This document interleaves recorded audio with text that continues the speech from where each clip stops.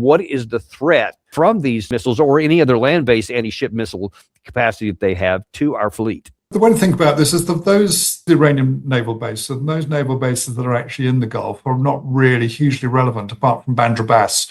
And Bandar Abbas is the one just above the Straits of Hormuz, because there are, I think, between 3 and 4 kilo-class conventional submarines.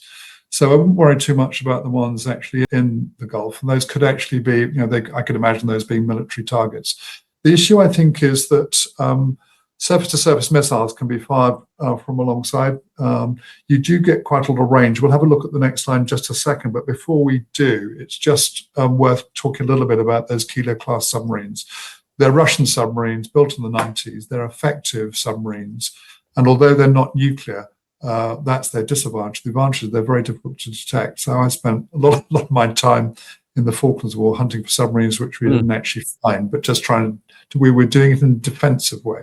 If you go to the next slide, Gary, this just looks, and you can see how the water drops off. So those are, this is a bathymetric chart. If you could tell us what we're seeing right here, by the way. So what you're seeing is the underwater topography, Danny. So you're seeing that it gets quite deep quite quickly. So we go from quite shallow, 50 meters, into very, very deep waters quite early on.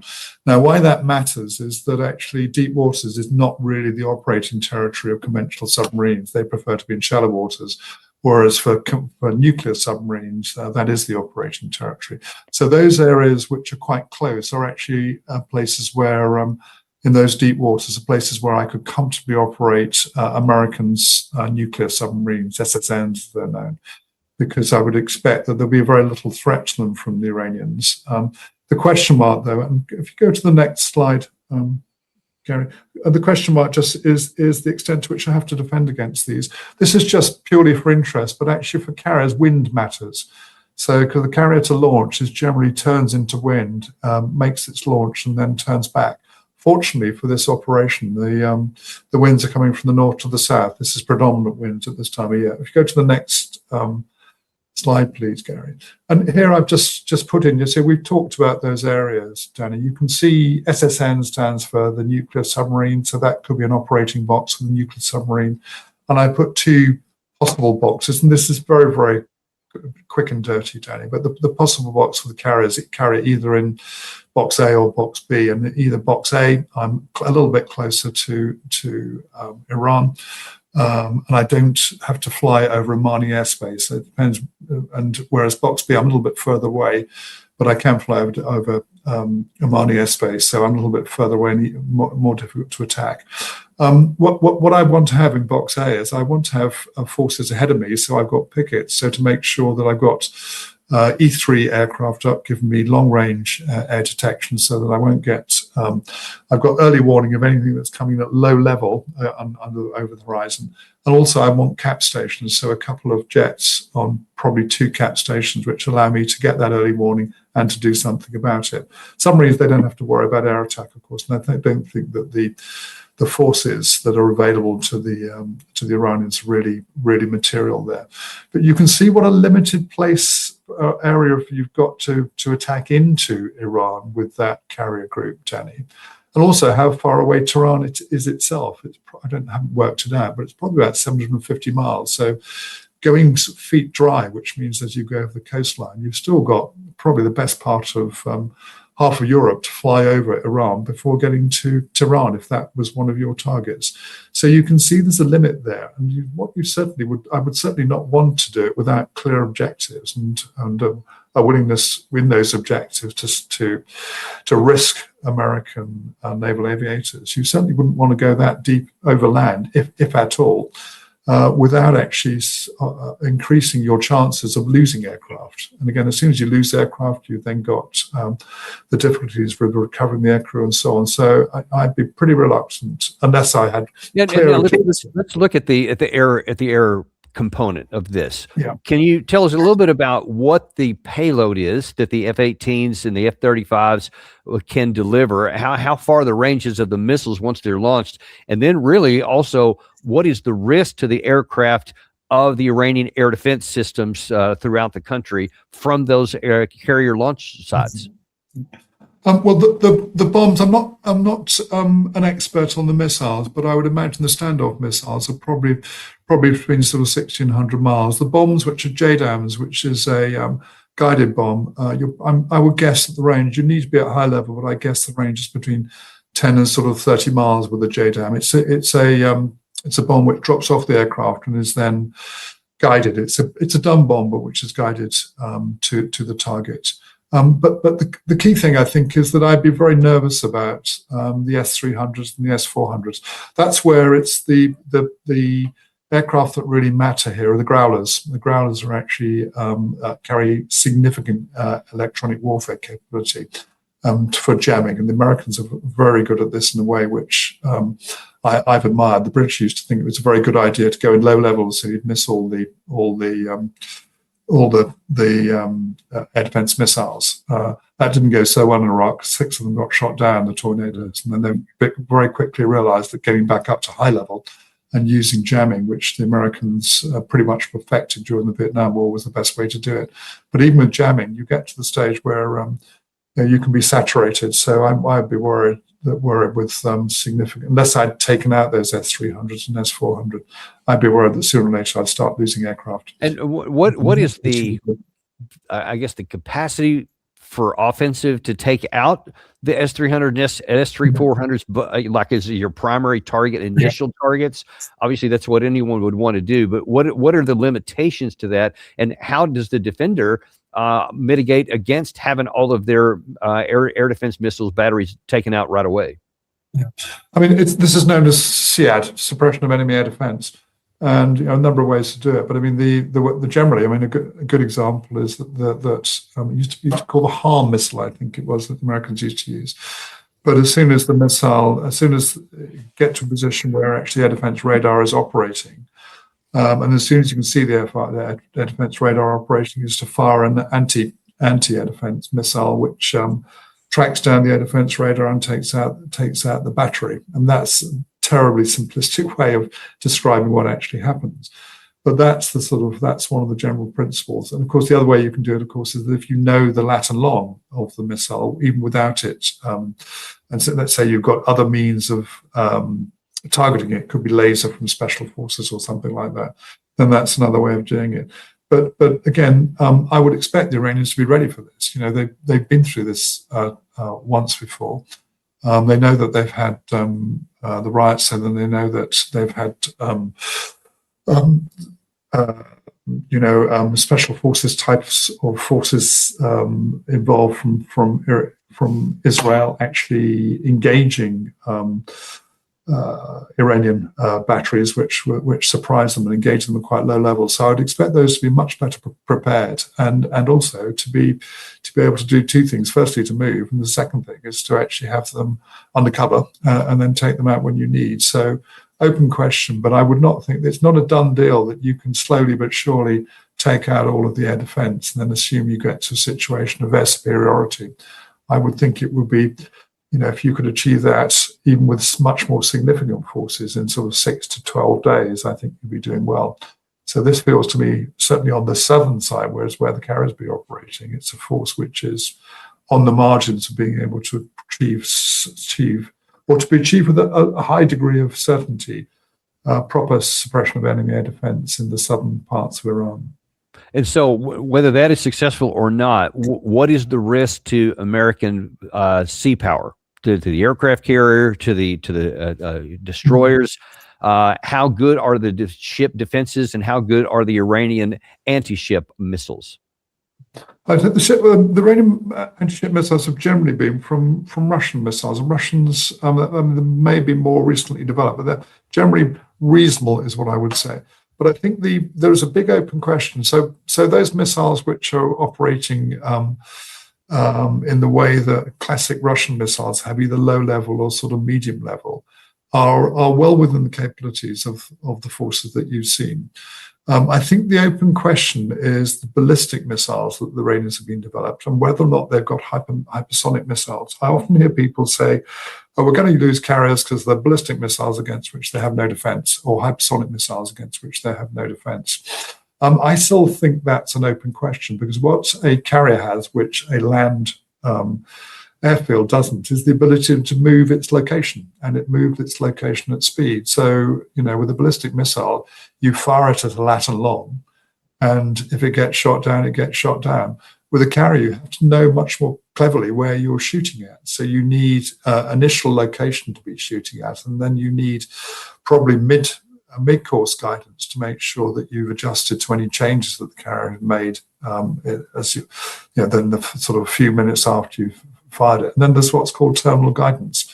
So terminal guidance needs some sort of means of allowing the missile to home onto the carrier or to the ship. Now, I think there's an open question about whether the Reznik can actually do that. It's certainly clear to me that the first version of the Reznik couldn't. This is the Russian missile. Mm-hmm. It's coming at high speed, but it's coming at a high speed for a piece of lat and long where there is no ship there. Then so what? Whereas if it's coming in, it's being terminally guided in those final phases, and that's a very different thing. My guess is that they can't do this at the moment. I would guess that they probably can't do it with many of the with any of the ballistic missiles that the Iranians have, but I don't think anybody would know for sure. And so it's a big question mark that I would have as a carrier strike commander. I would expect that I would have in my force THAAD, which is terminal high altitude air defense amongst the destroyers and the cruiser. If I can just kind of sum up here, because all the things you've been telling me, I've been processing this 100 miles an hour since you started telling me about a lot of this stuff. As if I'm interpreting correctly, and please correct me anywhere that I'm wrong, it sounds to me like we have, generally speaking, the capacity to go in and create a lot of chaos, and we can have a big demonstration, I think was the phrase that you used, and hit lots of targets. Maybe some would get through, maybe some would get shot down by the air defense or the anti-missile defense inside of Iran, but not everything. And so some things they're going to get hit. We may also suffer some losses from either the ships or the air power, or maybe we won't. Maybe we'll operate from far enough outside. Who knows? But in any case, we have a window of 4 or 5 days if we're judicious on using, especially our primary our missiles. And then once that's done, then we have to say, and then what? Because we're not likely not going to decapitate the complete regime, even if we kill some of the important people. But we may not, because of all the things that have been done before, and they have learned TTPs, tactics, techniques, and procedures, how not to allow themselves to be hit like that. So after we've shot this wad for 4 or 5 days, then and they're not subdued, and the Iranians decide that they're going to fight this time, then we're going to be vulnerable after those 4 or 5 days until we can get reloaded again. And I just don't see any conflict termination strategy or a path that's going to end up better than wherever we are right now. Do I have that captured right? Yeah, I think that's right. I think the other thing to consider is that we've assumed what we've been talking about really is how Iran would defend itself in the circumstances that we talked about. What we haven't talked about is how it might respond offensively. And there are 3 obvious things that it would do. We've talked about attacks on American air bases in the region, and I think that remains on the table. Although, curiously, for reasons which I'll explain, I would not be surprised if the Iranians chose not to do it. The second, though, I think is much more ought to be much more concerning for Israel, is to repeat what they did in the 12-day war. Because I think what we saw in the 12-day war is that strategic bombardment from Iran against Israel had a significant impact on Israel. And I think I've heard 1 or 2 discussions where people have been saying the Israelis do not want this attack, and it would not surprise me if it's for that reason. The point about Israel is that it goes back to my lat and long point, Danny, which is that Israel is small. So that it's a relatively small target. So missiles fired into Israel have a much more proportionally bigger impact than they do in Iraq. I think from memory, I calculated that Israel's about a 20th at best of the size of Iran. And yet there's a very big strategic bombardment capability in Iran. So that's a huge card to play. And if the Iranians were to play that card immediately, it's difficult to know what the forces that are in place could actually do about it, either offensively against the bombardment forces from Iran or defensively against Israel. And the third significant thing for the world, of course, is the Straits of Hormuz, because those are narrow straits, and it's well within Iran's capability to block those straits.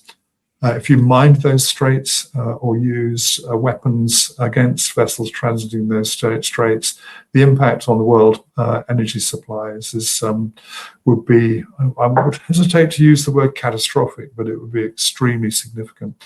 I'd expect that the oil prices would certainly go up significantly. And in the way that the world currently is in terms of economic, the global economy is not looking great at the moment. It would not surprise me if it catapulted us into a recession, or indeed something worse than that. So these are two big. Can I just say, by the way, it just bears pointing out here, if that happens, who would be the biggest winner of that? Russia, because all of a sudden they would be flush with cash. We've been trying to block them and all this stuff, but that would actually help them out. So if we want to really help Russia out in this war with Ukraine, then we need to launch an attack here. And then and that, of course, that assumes that Iran would take that course of action. But man, if they do, that could backfire across the board for us. Yeah. You've got really weird things going in the economy at the moment. You've got trouble with the Japanese bonds, the concern of Japanese bonds. There are a lot of pressure within what's known as the euro-dollar market. I think you're doing better in America than we are in Europe. But in Europe, a lot of the countries in Europe are on the edge of recession, or just have tiny bits of growth, or in early recession. Germany, I think, is in recession. And the idea of actually suddenly having an increase of the price of oil above that which we've already taken is very concerning. And it's difficult to see. I mean, Russia would be a winner from it. I think the people who would be dead concerned about it, though, would be the Chinese, because the Chinese actually really care about Iranian oil. So it's a little bit more subtle than just we'll block the straits, and certainly that's something which the Saudis and the Qataris, who produce a lot of Europe's gas, by the way, would sort of be extremely concerned about. So it's for these reasons that I'm sort of arriving at the conclusion, although there's a lot of noise about an operation. If I had to bet which way it would go, I would bet that and this would be about a 50-50 bet. I want long odds, but I would bet that it won't happen. My bet is that there will be some sort of walk down or some sort of show of force which doesn't actually result in a full operation, because the risks to my own forces that I would run by running the operation to achieve objectives which are unclear to me, versus the risks of the counterattacks from Iran, the latter seems to me far outweigh the potential relatively limited benefits. Here's the problem with that. The good side of that 50% is that President Trump, with his confident, if not cocky, statements that we showed at the top of this about, I've got this big, beautiful armada going in there. They better make a deal. We're running out of time. We're going to be a lot bigger than it was before. And then he has that Truth Social, et cetera. If he says that, you have to have this deal and you have to do all these things, no enrichment capability, all limit your nuclear, your missile program, and get rid of all of your allies and assets in the region. And there's no chance that they could do that. Iran could never agree to any of those terms, much less all of them. So Trump has set up a situation to where, look, either you do what I say, or we're going to have military operations. And then you've asked them to do something they can't do and definitely won't do, or very unlikely would do. I'll say can't do. I'll say they definitely won't do that. If then Trump doesn't get those terms, if Iran doesn't do what he says, and he doesn't attack, then he is seen as, the thing everybody talks about here, Taco Trump, that he chickened out and decided not to do it. And of course, he'll lose credibility and he'll lose face. And that worries me, that he may worry about losing face and may do something that you have just laid out here beautifully and painfully, that to launch this has so many possible calamities for our side. And I don't see any pathway to anything good if we start firing missiles and try to take the regime out. But he may do it anyway, even though it makes no sense. That's what worries me, that he's boxed himself into a corner. Yeah, I'm worried about that as well, which is why I'm 50-50 at the moment in terms of which way this goes. I guess there is a third way out there, which is diplomacy. And if I can imagine, if it has been presented to the president that actually the political risks are much higher than the benefits, but also that we've heard that the Iranians have said that they're open to negotiations.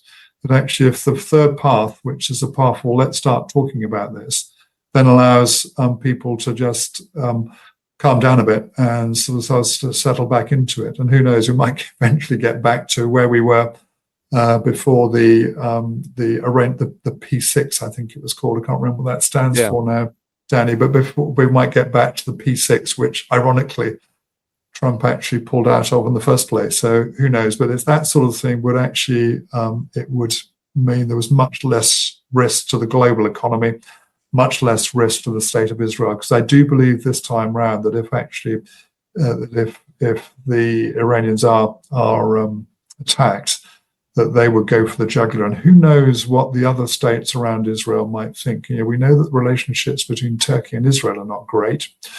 And, I remember once listening to one of our generals, who's next Special Forces, who once said, remember it was one of the chiefs of staff committee, he said, never in war, never lose the opportunity to kick a man while he's down.